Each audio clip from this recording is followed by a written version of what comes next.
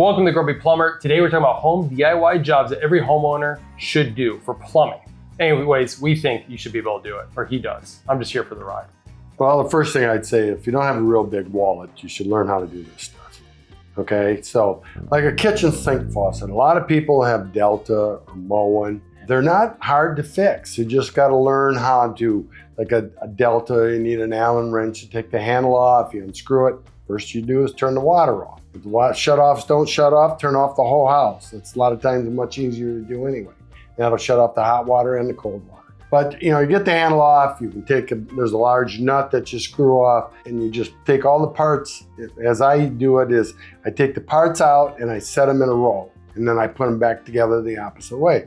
So that, it's easy enough. A Moen, the hardest thing is putting the handle back on right. You have to put the handle clear to the back and bring it to the front.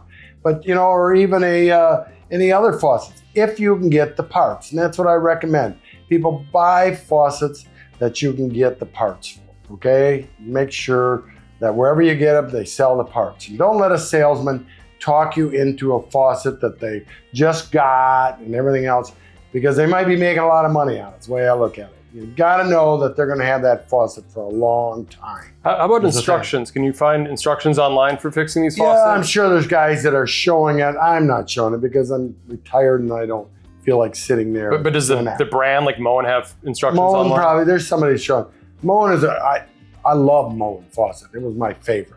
Delta was my next favorite and stuff. So those are the two. The shower valves are pretty much the same thing. Once you get the handle off, you take them apart. Nowadays, if the house is less than 30 years old, you're gonna have pressure balance valves or thermostatic valves. Thermostatic, a little harder to do, and the faucet parts are quite expensive. But they're easy enough to fix. They're pretty much a cartridge. You pull it out, slide it right back in again. You just make sure it's in the right direction, and always look on the side. It'll say hot or cold on the sides of them. Another thing is the kitchen sink garbage disposal.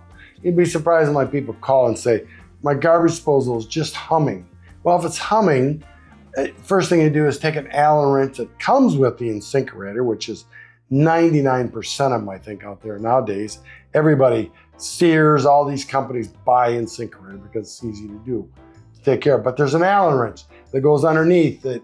In the very bottom, right in the center, you put the Allen wrench in. You make sure you don't have the switch on when you do this, okay? And you just turn it until you can free up what's caught in there, okay? So usually if something gets caught in your garbage disposal, it has an airlock where it'll just stop working. Yeah, it'll jam it in. And you have to use Allen wrench to kind of move it around and get it cleared. Free it up. Mostly is like a bottle cap or a beer cap thing. Quit drinking, maybe you won't have that problem anymore. But it's easy enough to get it out, but you're gonna have to stick your hand down in there and grab it. But and go underneath the sink and look underneath. Don't be scared to get underneath the sink. Yeah, don't get it, it's easy to do. And if it's not humming and just doesn't come on, there's a reset button on those incinerators. A little red one, right? Yeah, a little red one. It's usually like at, near the outer edge of that round part of the bottom, the motor of the sink. But, I say incinerator because I'll tell you the truth, they're the ones I tend to always fix. They're the ones you always see. Maybe you get into apartment complexes where they buy other ones. But if you're in an apartment complex, it's not your job to fix it. You're renting. Okay? Not the homeowner. Water softeners are another thing. There's really not a lot to go wrong with the water softener. Okay? If it's been hooked up right, it's been working. One thing about it, people always call me and say, I don't have soft water. Well, then they come to find out they didn't add salt for the last 6 months. So they wonder why they don't have soft water. Yes, the salt is what cleans the mineral bath. It doesn't soften the water. It cleans that big cylinder, and it cleans it every so many gallons. Nowadays, the newer ones go by gallons. In the old days, they just would regenerate every other day or every 3 days. Now, if you hear it running all the time, now that's a thing that you want to make sure you take care of because it's going through a lot of water. But you might have to call a repair guy. But they have parts for those. It's usually a piston on the inside of it. It takes about an hour to change it out. It's definitely a lot cheaper than putting another softener in. And they can get it. There's only about 3 or 4 manufacturers of these things. So they know the name of when they look at it, they know the brand name of the head. The cylinder is everybody buys the same cylinder, or somebody makes tanks.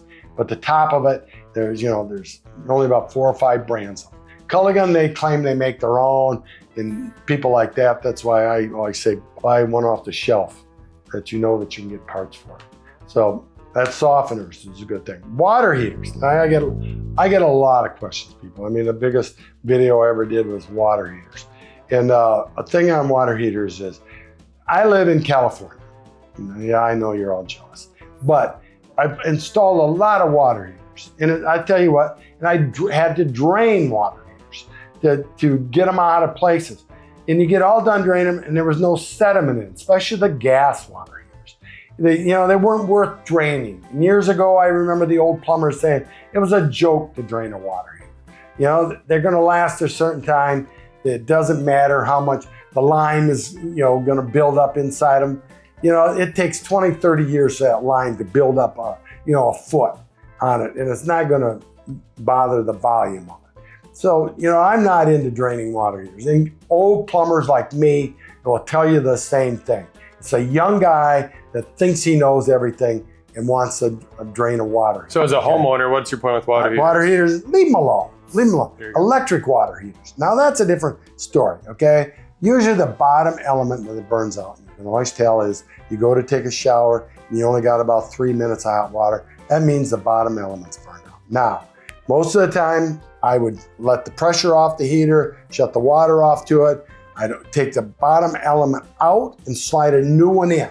And when I put a new one in, I buy what we call the sand hog element. They're heavy duty elements. And I put them right back in again. And people say, well, the performance of the heater. Well, nobody ever complained as long as they had hot water. So that was the easiest way to do it. And if I had to drain it down, then I would take the sediment out, because you tend to get more sediment in an electric water heater. But the life of electric water heaters, I've seen them be 15, 20 years old and never been touched. So, every place is different.